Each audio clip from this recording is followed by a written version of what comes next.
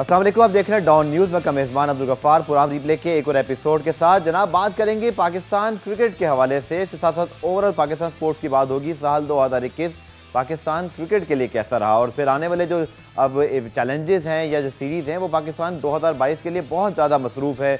बहुत कुछ है जो हम जो है उनमें हमने खेलना है। 2022 में इंग्लैंड को पाकिस्तान आना है, न्यूजीलैंड को आना है, इसी तरह वेस्ट इंडीज़ ने भी जून में दोबारा पाकिस्तान का टूर करना है और फिर न्यूजीलैंड की टीम भी साल के आखिर में पाकिस्तान का दौरा करेगी। पाकिस्तान के साबिक टेस्ट क्रिकेटर अब्दुल रऊफ हमें पुरान में ज्वाइन कर रहे हैं, उनसे 2021 के हवाले से पूरी बात करेंगे और 2022 का जो तमाम मंजरनामा है और साथ साथ आपको हेडलाइन भी दिखाएंगे। लेकिन साथ साथ जो मोस्ट इंपॉर्टेंट चीज़ है कि जो पाकिस्तान सुपर लीग आ रहा है उसके लिए बहुत कुछ जो है वो लगता है कि पाकिस्तान क्रिकेट बोर्ड को प्रिपेयर करना पड़ेगा। इसके साथ साथ कॉमनवेल्थ गेम्स की जो मशल है वो भी कराची में मौजूद है और आज उसको पाकिस्तान के जो ओलंपिक एसोसिएशन और कॉमनवेल्थ गेम्स के हुकाम है उनके हवाले कर दिया गया और कल ये जो मशल है ये पूरे कराची में जो है वो अपना सफ़र का आगाज़ करेगी। सिंध मदरसतुल इस्लाम जाएगी, इसी तरह कराची ग्रामर स्कूल है, सिंध मदरसतुल इस्लाम, मज़ार कायद और फिर इसको लियारी भी ले जाया जाएगा। तो बड़ा एक हैपनिंग किस्म के 2 दिन है और आपकी साथ इस पूरे जो इस बैटन का सफ़र है उसकी तफसीलात भी शेयर करते रहेंगे। तो जनाब, आपने देखा इस वक्त तमाम तर जो स्पोर्ट्स अपडेट थी जिनमें सर फहरिस्त ये है क्योंकि क्रिकेट हो नहीं रही, गो के एशेज़ हो रहा है, इंडिया साउथ अफ्रीका की भी सीरीज चल रही है और कायदारम ट्रॉफी का फाइनल भी कराची में चल रहा है। बट बड़ा रेयर इंस्टेंस के आज बारिश की वजह से कराची में सुबह से बारिश हो रही है जिसकी वजह से कायदारम ट्रॉफी के फाइनल का तीसरा दिन भी ताखीर का शिकार है। अब्दुल रऊफ के पास चलते हैं। अब्दुल रऊफ, 2021 पाकिस्तान क्रिकेट के लिए किस तरह का सार रहा आपसे पूछूंगा, लेकिन आप समझते हैं कि आखिरी 3 महीने स्पेशली जो पाकिस्तान ने वर्ल्ड कप में कारकर्दगी दिखाई, फिर बांग्लादेश में जाकर जीते और फिर हमने देखा कि रिजवान बाबर जिस तरह अपनी कारकर्दगी से उन्होंने सबको मुतासिर किया, ओवरऑल आपका तज़किया क्या रहेगा 2021 पाकिस्तान क्रिकेट के लिए कैसा रहा? देखिए, ओवरऑल अगर देखा जाए पूरा जो साल है उसको कंक्लूड किया जाए तो मेरा नहीं ख्याल कि स्वाय जो वर्ल्ड कप में पाकिस्तान की टीम की परफॉर्मेंस बहुत अच्छी रही है। उसके अलावा पाकिस्तान की जो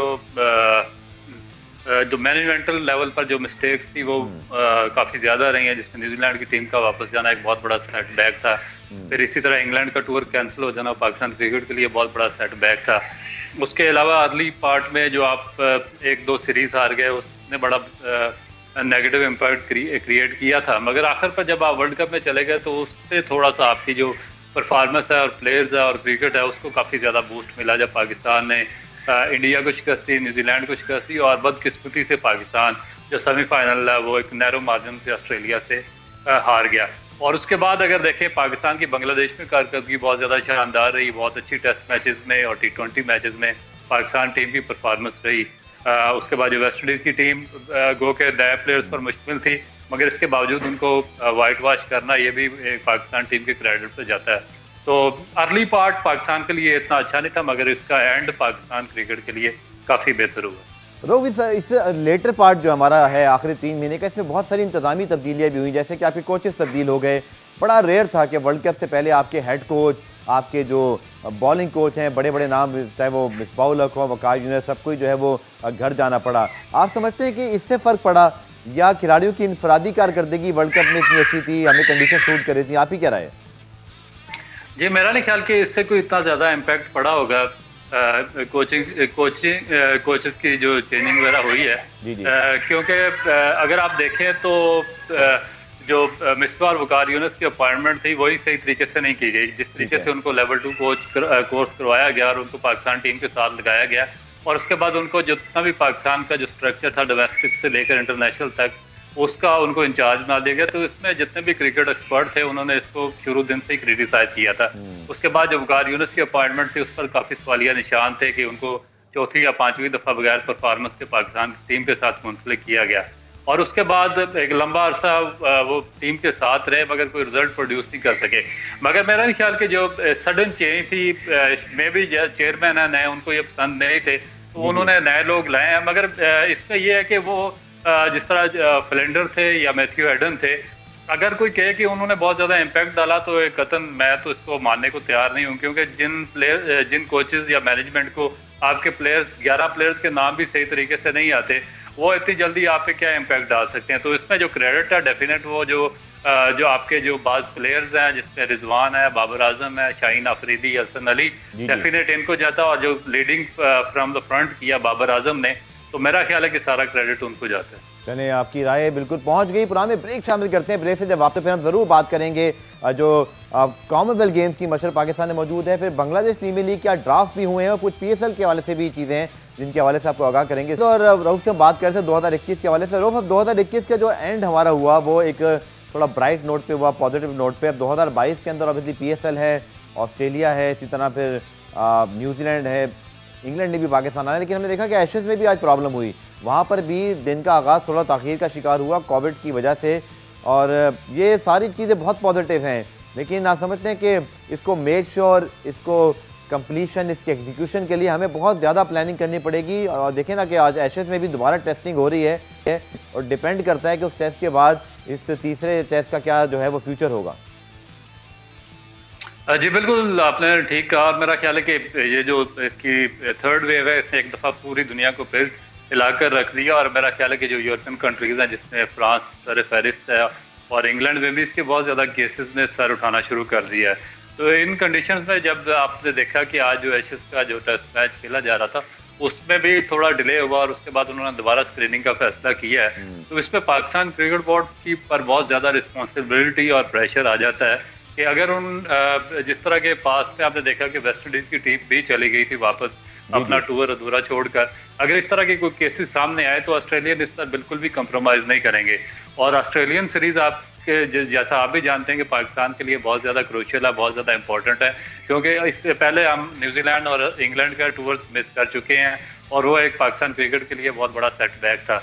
अगर ऑस्ट्रेलिया कामयाबी से पाकिस्तान का टूर कंप्लीट करने में कामयाब हो जाता है तो मेरा ख्याल में 2022 इसका फैसला करेगा कि ये पाकिस्तान के लिए खुशाइंद और कामयाब साल होगा। मगर अगर पाकिस्तान क्रिकेट बोर्ड ने थोड़े से लूज पूल रखे इसमें और इस तरह पहले चीज़ों को अंडर कारपेट डालते रहे और लोगों को सेव करते रहे, तो मेरा ख्याल है कि ये पाकिस्तान को मुश्किल हालात से दो चार कर देगा। अब एक बड़ा इंपॉर्टेंट सवाल है रऊफ, जिसके ऊपर बहुत ज़्यादा बात हो रही है।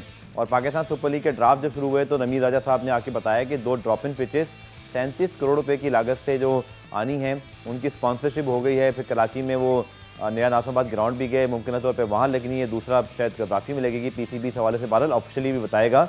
आपकी क्या राय है अब्दुल रऊफ के दुनिया में जो हमने देखा है कि जो मल्टीपर्पज़ वेन्यूज़ हैं जहाँ पर क्रिकेट के अलावा सरगर्मी होती है तो वहाँ पर भी ये ड्रॉप इन पिचेस यूज़ हो जाती हैं, आपका क्या ख्याल है इस आईडी के हवाले से? रकम बहुत बड़ी है 37 करोड़ रुपए, स्पॉन्सरशिप ही सही, लेकिन आपको लगता है कि इसका कोई बहुत बड़ा फायदा भी होगा? हमें देखिए, बेसिकली मैं जदीद टेक्नोलॉजी के खिलाफ नहीं हूँ। बेसिक जितनी भी जदीद टेक्नोलॉजी स्पोर्ट्स में या क्रिकेट में इंट्रोड्यूस हुई हैं उन्होंने डेफिनेट एक सर्टन टाइम पर आकर क्रिकेट को बहुत ज़्यादा और ऑल जितनी भी जो ग्लोबलाइज स्पोर्ट्स है उसको फ़ायदा पहुँचाया है। मगर आपको थोड़ा से अपने जो मारूजी हालात है और ग्राउंड रियलिटीज़ है उनको मद्देनजर रखकर भी फैसला करना पड़ता है। देखें कि मेरा नहीं ख्याल कि पाकिस्तान में कोई भी क्रिकेट का स्टेडियम ऐसा है कि जो मल्टीपर्पज़ के लिए इस्तेमाल होता है। और वहाँ पर आपने गजाली स्टेडियम या नेशनल स्टेडियम, इवन मुल्तान या रावलपिंडी का स्टेडियम देखा होगा, तो वो पूरा साल बंद रहता है। कभी कोई टेस्ट मैच या कोई 1-2 फर्स्ट क्लास मैचेस हुए तो उनके लिए वो खोल दिए जाते हैं। तो ये जो पहला जो एक्सपेरिमेंट किया गया इसका ड्रॉप इन पिचेस का, ये मेलबर्न में किया गया, उसके बाद न्यूजीलैंड में किया गया। और उसमें जो चीज़ सामने आई थी वो ये थी कि वहाँ पर 3-4 महीने जो विंटर का सीजन था उसमें क्रिकेट हुई थी और उसके बाद वही ग्राउंड रग्बी और फुटबॉल के लिए भी इस्तेमाल किया गया था। और ड्रॉप इन पिचेस का ये फायदा हुआ कि उन्होंने बड़ा रेवेन्यू वहाँ से जनरेट किया। मगर अब आया कि देखें कि एक स्टेडियम जो कि सिर्फ क्रिकेट के लिए स्पेसिफाई है उसमें आप ड्रॉप इन पिचेस बिछा देते हैं 40 करोड़ की लागत से और उसके बाद पूरा साल वो स्टेडियम किसी और गेम के लिए या किसी मल्टीपर्पज के लिए इस्तेमाल नहीं होता और आप वहां से कोई रेवेन्यू जनरेट नहीं करते। और वही पिचेस फिर आप लाकर उनको कमरे में रख देते हैं और उसके लिए भी आपको हाई क्वालिफाइड क्यूरेटर चाहिए होंगे जो उनकी देखभाल करेंगे, अदरवाइज वो भी मड का ढेर बन जाएंगी। तो ये मेरा ख्याल है कि थोड़ा सा इन कंडीशंस में मुश्किल लग रहा है मुझे। रोफ, एक और पॉइंट भी है कि आप इन ड्रॉप इन पिचेस पे चाहे आप ऑस्ट्रेलिया या ऑब्वियसली जिस तरह की आप विकेट चाह रहे हैं वो एक चीज़ हो जाएगी, बट पाकिस्तान में रहते हुए इन पिचेस पे ट्रेनिंग करना, इन पर खेलना, और दूसरा अगर आप ऑस्ट्रेलिया के टूर करा दें अंडर 19 की टीम्स को, ए टीम की टीम को, वहाँ जाकर उनकी कंडीशंस में, उनके ग्राउंड्स में, उनके बॉलर्स के सामने, उनके गेम प्लान के सामने अपने आप को परखना, इन दोनों में कितना फ़र्क है? जी बहुत ज्यादा फर्क है, क्योंकि जो बेसिक जो ड्रॉप इन पिचेस हैं इनका ये इसलिए प्रैक्टिस पर्पज के लिए ये यूज नहीं होती। इनका मकसद यही होता है कि जो हाई जो इंटरनेशनल मैचेस हैं, टेस्ट मैचेस हैं, वो उन पर उनका इनकाद करवाया जाए। अगर आपने प्रैक्टिस करनी है, प्रैक्टिस के लिए आपके पास और भी काफ़ी एरियाज़ हैं, जिस तरह रावलपिंडी के बाद इलाके हैं और ग्राउंड्स हैं, वहाँ पर काफ़ी बाउंसी पिचेस हैं और वहाँ पर आप काफ़ी अच्छी ट्रेनिंग कर सकते हैं। एबटाबाद का ग्राउंड आपका आइडियल ग्राउंड है, मगर काफ़ी अरसे से आपने जब से वो रीजन ख़त्म किया तो वहाँ पर किसी किस्म की क्रिकेट नहीं हुई। तो वो आपने जब उसको 1 करोड़ रुपए की लागत से बनाया गया ग्राउंड, उसको बर्बाद कर दिया है। और उसकी जो पिचेस थी उनकी काफ़ी हद तक मास्टरलेस थी, ऑस्ट्रेलियन और इंग्लैंड की कंडीशन से, मगर उसको आपने ज़ाया कर दिया। तो आप ड्रॉप इन पिचेस की किस तरह हिफाजत कर सकेंगे? दूसरा, आपका बिल्कुल क्वेश्चन ठीक है कि वहाँ पर जाकर खेलना ज़्यादा फायदेमंद है यूथ के लिए, बजाय कि आप इनको इन ड्रॉप इन पिचेस पर 15-20 या 1 महीना प्रैक्टिस करवा कर वहाँ पर भेजेंगे तो वो इतना ज़्यादा फायदेमंद नहीं होता। रोब, इसमें एक और आर्गूमेंट ये भी बनता है कि भारत ने हाल ही में ऑस्ट्रेलिया को ऑस्ट्रेलिया में हराया, बट मुझे नहीं याद पड़ता कि ड्रॉप इन पिचेस का कभी उन्होंने एक्सपेरिमेंट किया। अगर आपकी नॉलेज में हो तो मुझे ज़रूर बताइएगा। दूसरा, आपको क्या लगता है उनके सिस्टम में क्या ऐसा हो रहा है? अब्दुल रऊफ के कल भी वो साउथ अफ्रीका गए, 272 पे 3 आउट, केएल राहुल की सेंचुरी, कॉम्पैक्ट तरीके से खेल रहे थे, कोई खौफ नहीं था, कोई डिफेंसिव माइंडसेट नहीं था। हमें रियलिस्टिकली क्या वो चीज़ करनी है जो भारत कर रहा है कि उनकी टेस्ट परफॉर्मेंसेज बहुत अच्छी है? ठीक है, वहाँ भी मसले मसाइल बहुत हुए, कंट्रोवर्सीज हुई, विराट कोहली की कप्तानी चली गई, लेकिन हमें पता है कि विराट कोहली हमेशा सेमीफाइनल या फाइनल हारे हैं। ऐसा नहीं हुआ कि उनकी टीम कभी पहले राउंड से बाहर हो गई हो या बहुत नाकिस कारकर्दगी, वो सिर्फ एक हार्ड लक कह लें या लकी चार्म होता है। धोनी सारे टूर्नामेंट जीतते थे। आपकी क्या राय है, हमें क्या अडॉप्टेशन करनी है? देखिए, जहाँ तक आपने बात की है कि इंडिया में, और मेरा ख्याल है कि ऑस्ट्रेलिया, मेलबर्न और जो ऑकलैंड के बाद तीसरा जो एक्सपेरिमेंट किया गया था ड्रॉप इन पिचेस का, वो इंडिया में किया गया था, शायद मे बी कानपुर था शायद। मगर वो वहाँ पर इतना ज्यादा सक्सेसफुल नहीं हो सका और उसके बाद उसको खत्म कर दिया गया, इमीडिएटली उसको बंद कर दिया गया था। उसके बाद देखें कि जब से आपने एक जो चेंज आई है उनकी जो डोमेस्टिक में और जो उनका ग्रास रूट लेवल था, जो अंडर 19 था, वो बेसिकली राहुल ड्रेविड बहुत बड़ी चेंज लेकर आए थे जब उनको अपॉइंट किया गया अंडर 19 के साथ। तो उनका जो विजन था वो वर्ल्ड कप जीतना या कुछ इस तरह के कोई इवेंट जीतना नहीं था, क्योंकि मैंने उनकी 3-4 दफा स्टेटमेंट सुनी है। तो वो जो एक बंच लेकर जाते थे लड़कों का, अगर उनके पास 18 लड़के हैं तो वो कह रहे थे कि अगर मैं किसी अंडर 19 टूर्नामेंट में उनको लेकर जाता हूं तो मेरी कोशिश होती है कि जितने 18 लड़के सिलेक्ट हुए उस सबको प्रॉपर अपॉर्चुनिटी मिले, ताकि मेरे लिए टूर्नामेंट जीतने से ज्यादा उनको अपॉर्चुनिटी फ्राहम करके इंडिया के लिए एक अच्छा फ्यूचर देना, एक अच्छा टैलेंट फ्राहम करना मेरे लिए ज्यादा इंपॉर्टेंट चीज है। तो जब आप ऐसे विजनरी और एजुकेटेड लोग रखेंगे तो डेफिनेट आपके पास टैलेंट आना शुरू हो जाएगा। तो हमारे पास बदकिस्मती से हम अभी तक वो जीत हार के चक्कर में लगे हुए हैं। तो कायदान ट्रॉफी में जनाब नॉर्दर्न और केपीके की टीमें इस पर फाइनल मदे मुकाबिल है। तीसरे रोज का खेल बारिश की वजह से कराची में मुमकिन अब तक नहीं हो सका। अब्दुल रऊफ, कल हमने देखा हुरैरा और हैदर अली भी बड़ी अच्छी बैटिंग कर रहे थे, उससे पहले इफ्तिखार अहमद ने बड़ी अच्छी सेंचुरी स्कोर की और फिर इंटरेस्टिंगली पिंक बॉल से ये डे नाइट जो है वो कायदान ट्रॉफी का फाइनल हो रहा है। आपकी क्या व्यूज हैं? हमने इससे पहले भी एक दफा ऑरेंज बॉल से भी खेला हुआ है। जी बिल्कुल, हमें भी डेफिनेट जो भी लेटेस्ट चीज़ है उसको यूज़ करना चाहिए। और अगर पूरी दुनिया में पिंक बॉल का इस्तेमाल हो रहा है फर्स्ट क्लास लेवल पर, तो डेफिनेट पाकिस्तान क्रिकेट बोर्ड ने भी एक अच्छा इकदाम किया है कि अपने प्लेयर्स को एक अच्छी अपॉर्चुनिटी फ्राहम की है। और दूसरा, ऊपर जो वर्ल्ड का इसका जो काज़म ट्रॉफी का फाइनल है, इसको उन्होंने कलरफुल करने की कोशिश की है। तो मेरा ख्याल है कि एक अच्छी काविश है। और दूसरा, जो यंगस्टर्स हैं उनको भी इसका यूटिलाइजेशन आएगी कि अगर वेदर इंटरनेशनल मैचेस में कहीं पिंक बॉल का इस्तेमाल होता है तो वो ऑलरेडी इस चीज़ को जानते होंगे कि इस बॉल को किस तरीके से यूटिलाइज किया जा सकता है। रोफ, इसके जो हमने पास में देखे, ऑस्ट्रेलिया ने तो खैर बड़े डोमिनेट किया, अपने मुल्क में मैचेस भी जीते हैं। आपकी क्या ऑब्जर्वेशन रही बतौर बॉलर कि पिंक बॉल जब स्पेशली डे में बॉल हो रही थी, जब नाइट में इसका जो है वो इम्पैक्ट हमने देखा? रन तो बने हैं खैर दोनों इनिंग्स के अंदर। बिल्कुल, और मेरा ख्याल है कि इतना ज्यादा इसका इम्पैक्ट नहीं आया। इसको उसी तरीके से इसको टैकल किया गया जिस तरीके से व्हाइट बॉल क्रिकेट में व्हाइट बॉल को टैकल किया जाता है। तो मेरा नहीं ख्याल कि कोई इतना ज्यादा बहुत इम्पैक्ट पड़ा है। अर्ली ऑन में भी थोड़ा सा कोई इसमें स्टीम का आंसर शामिल होता है, मगर with the passage of the time जैसे ओवर गुजरते हैं तो ये भी उसी तरीके से स्पॉट हो जाती हैं जिस तरीके से बाकी दूसरे बॉल यूज होते हैं। ठीक है, इसके साथ साथ अगर हम बात करें पूरे इस सीज़न की, अब्दुल रऊफ, क्योंकि बड़ा इंपॉर्टेंट रहा इस पूरे सीज़न का, आपको पता है कि फाइनल से पहले भी क्या मसले हुए, तो टीमों को 5 स्टार से 3 स्टार होटल जाना पड़ा, फिर एक टीम ने तो खैर बायोसिक्योर बबल एनवायरनमेंट में होते हुए एक रेस्टोरेंट का विजिट भी किया। आपकी सीजन पे पूरी क्या राय है? बहुत सारे मैचेस पंजाब में बेनतीजा खत्म हुए। देखिए, ये चीज़ें बेहतर तरीके से आप हैंडल कर सकते थे, मगर इसको नहीं किया गया। और ये कोई पहली दफ़ा नहीं हुआ, हर साल इसी तरह होता है। और जो इनकम्पिटेंसी है ऑफिशियल्स की, वो इनमें ज़रूर नज़र आती है कि वो किस हद तक इनकम्पिटेंट है। और उन्होंने ना तो वेदर का ख्याल किया और ना ही जो प्रॉपर जो मैनेजमेंट वो कर सके कि आपकी जो एक टीम फाइनलिस्ट टीम है और उसको 3 दिन के बाद होटल से निकाल दिया गया और वो बाहर दूसरे होटल में शिफ्ट करना पड़ा। उसके बाद जो आपकी ओवरऑल जो रिजल्ट थे इन मैचेस के, उन्होंने भी बहुत बैड इफेक्ट किया कि आपके जो पहले 15 मैचेस थे उनमें 14 मैचेस ड्रा हो गए, उसका कोई रिजल्ट नहीं निकला। इस तरीके से जो आपके बॉलर्स थे वो बहुत ज़्यादा कोई अपना तासर छोड़ने में नाकाम रहे। कोई इतना ज़्यादा कोई एक्सप्रेस बॉलर नज़र नहीं आया, कोई आउटस्टैंडिंग किस्म का कोई स्पिनर वगैरह इसमें नज़र नहीं आया। तो मेरा ख्याल है कि इस कल्चर को थोड़ा सा बेहतर करने की ज़रूरत है और कंपटीशन को थोड़ा सा बेहतर किया जा सकता है। मैंने कायदान ट्रॉफी के हवाले से हमने डिटेल बात की अब्दुल रऊफ से, और अब बात कर लेते हैं आखिर में कुछ कॉमनवेल्थ गेम्स की क्वीन बैटन रेले जो कि कराची में मौजूद है। आज हैंड ओवर भी हुई है पाकिस्तानी कॉमनवेल्थ गेम्स के जो बराहान हैं, इसी तरह जो हमारे हुकाम हैं। आप देख सकते हैं कि हसन सरदार साहब भी मौजूद हैं और इमरान सिद्दीक हमारे नुमाइंदे इस वक्त हमारे टेलीफोन लाइन पर ज्वाइन करें। कल कराची में भी इसका विजिट है इमरान, 2-3 जगहों पर बताइएगा। और आई रियली होप कि कॉमनवेल्थ गेम्स में पाकिस्तान की शिरकत भी हो रही हो और हम कुछ परफॉर्मेंस भी अच्छी दिखा सकें। जी इमरान। हाँ जी बिल्कुल।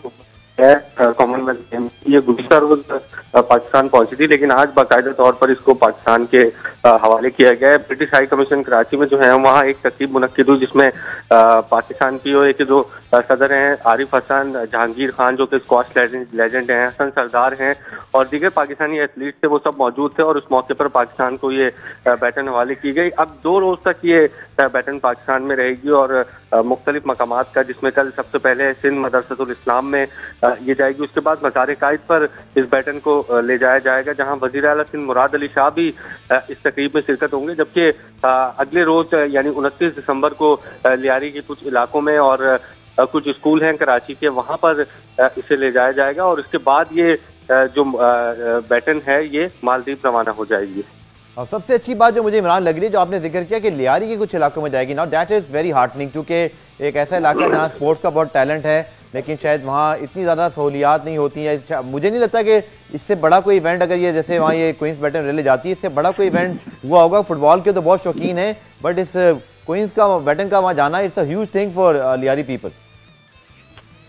बिल्कुल गफार, लियारी का ककरी ग्राउंड जो है जो कि बड़ा मशहूर है लियारी में, और वहाँ पे बहुत सारे इवेंट भी होते हैं। अभी सिंध अंडर बैन सूबाई जो कराटे चैंपियनशिप है वो भी वहाँ पर मुनक्किद हुई। और क्योंकि कॉमनवेल्थ में बहुत सारे ऐसे गेम्स भी शामिल है जो लियारी में काफी फेमस है। क्रिकेट तो आपको पता है उनकी सेकंड प्रायोरिटी है, पहले फुटबॉल और लियारी वालों की अच्छी खबर है। इमरान आपका बहुत बहुत शुक्रिया, रऊफ आपका भी बहुत शुक्रिया। प्रोग्राम के इस पार्ट में हम जो बात करेंगे ये बड़ी इंटरेस्टिंग है, फैंस का बड़ा इंटरेस्ट है जनाब कि सुपर लीग के रिप्लेसमेंट ड्राफ्ट में अब क्या होने वाला है। रिप्लेसमेंट नहीं बल्कि सप्लीमेंट्री, माफ कीजिएगा, लेकिन रिप्लेसमेंट ड्राफ्ट भी कहीं आगे चल के हो सकता है, क्योंकि बहुत सारे टीमें हैं जिनकी बात में कमिटमेंट कंफर्म हुई हैं।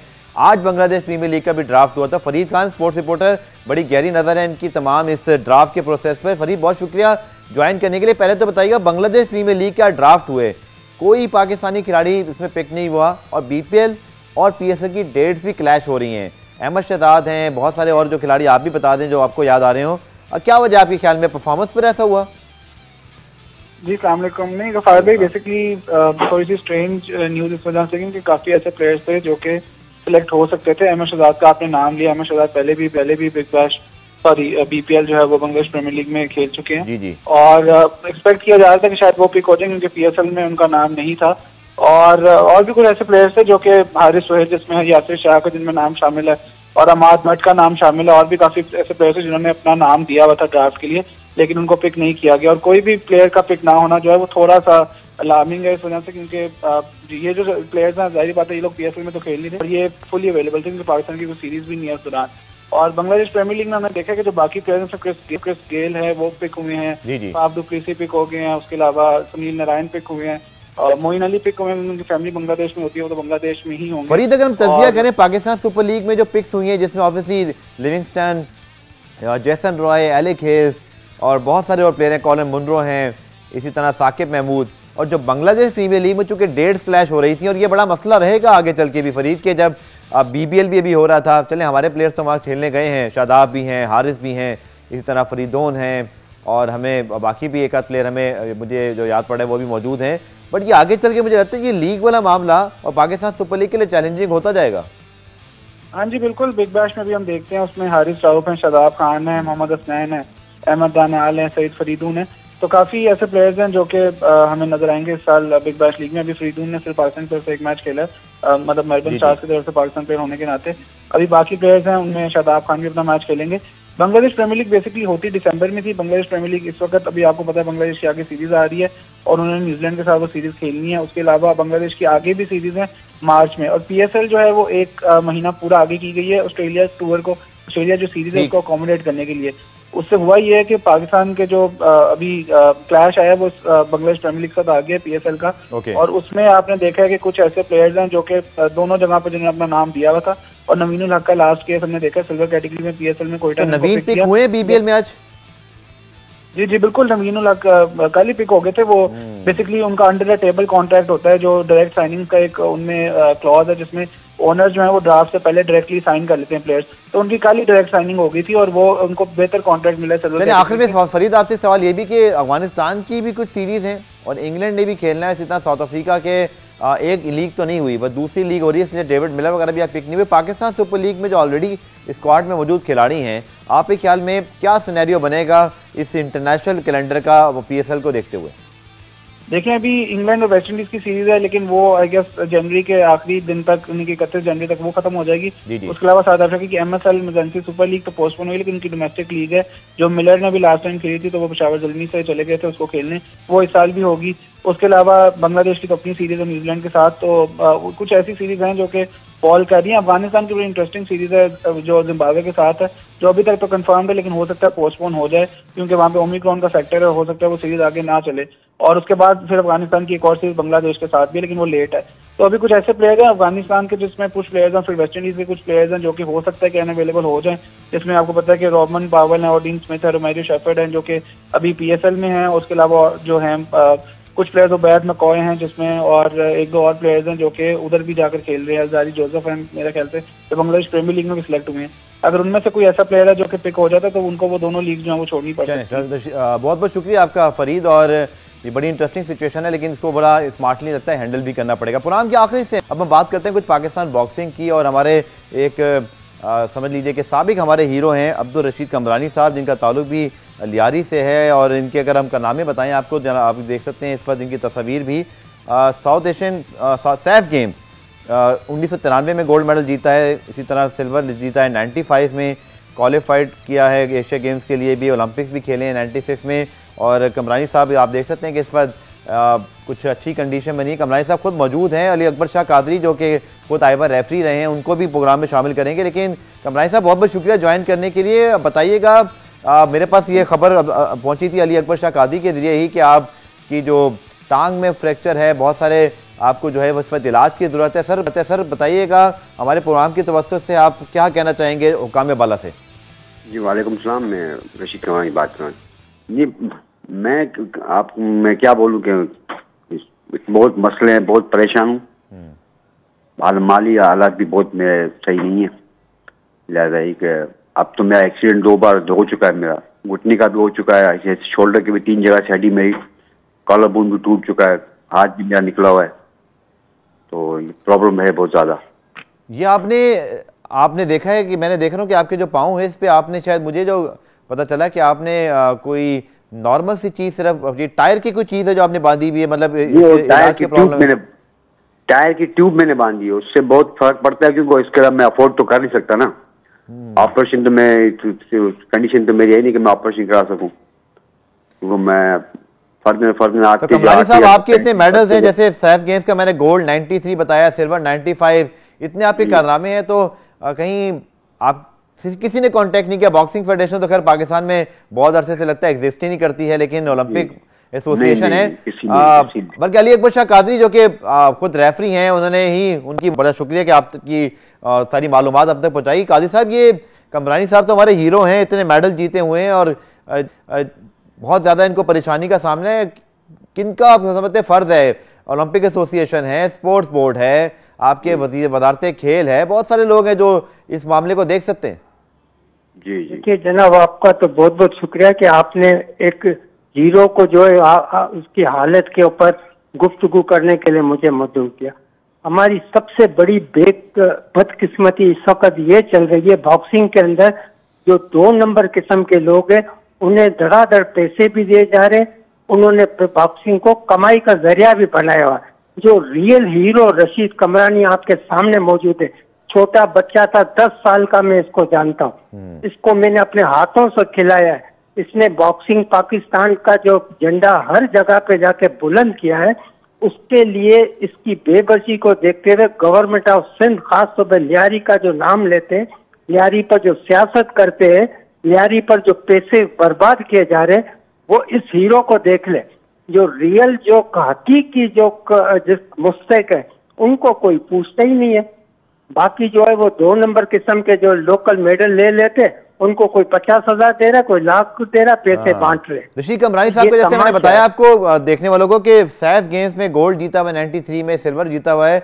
रशीद कमरानी साहब, मुझे जाती तौर पे भी देखकर बड़ा अफसोस हो रहा है, आप हमारे हीरो हैं और जिस तरह की आपको परेशानी का सामना है, किसी से बात हुई या किसी तक आप, या ये मीडिया के थ्रू पहली मरतबा सारी कहानी आगे जा रही है, या आपने कहीं बात भी की किसी से? जैसे सिंध स्पोर्ट्स बोर्ड है, आपके वजीर खेल हैं, बात तो हुई है, बहुत सारी बात हुई, पहले भी इंटरव्यूज मेरे हो चुके हैं, पहले भी मेरे इंटरव्यू हो चुके हैं, मगर किसी के कान पे जून तक नहीं रही थी। सब ख्वाब खरगोश के मजे लेकर सो रहे हैं।